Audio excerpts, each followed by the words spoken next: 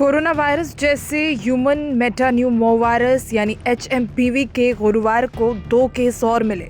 पहला मामला उत्तर प्रदेश का है। लखनऊ में 60 साल की महिला HMPV पॉजिटिव पाई गई हैं।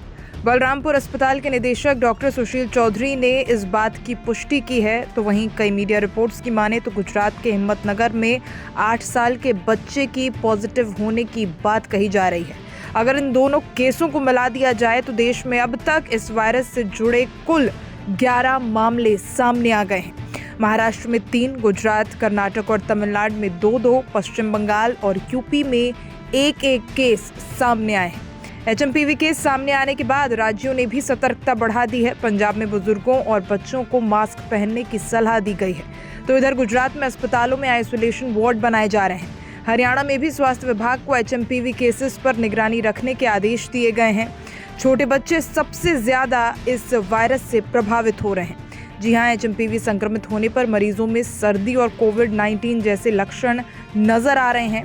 इसका सबसे ज्यादा असर छोटे बच्चों पर देखा जा रहा है। इनमें 2 साल से कम उम्र के बच्चे सबसे ज्यादा प्रभावित हैं। केंद्र ने राज्यों को इन्फ्लुएंजा लाइक इलनेस और सीवियर एक्यूट रेस्पिरेटरी इश्यूज जैसी सांस की बीमारी की निगरानी बढ़ाने और HMPV के बारे में जागरूकता फैलाने की सलाह दी है। केंद्र सरकार ने कहा था, सर्दी में HMPV का इन्फेक्शन आम है। चीन में HMPV के बढ़ते मामलों के बीच इमरजेंसी जैसी हालत बनने की बात भी कही गई थी।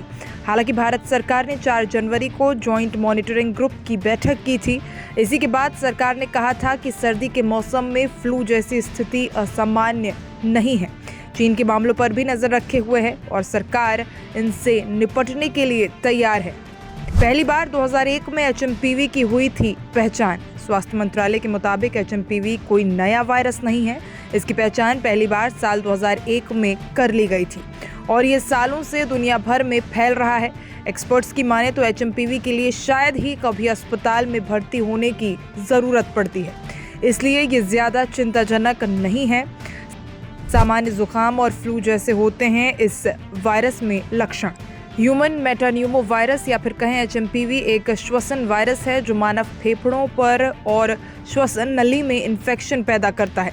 ये सामान्य तौर पर ऐसी स्थितियां पैदा करती है जो सामान्य सर्दी या फ्लू में होता है। पहले से ऐसी बीमारियों या एलर्जी से ग्रस्त लोगों में इस वायरस का संक्रमण आम बात है।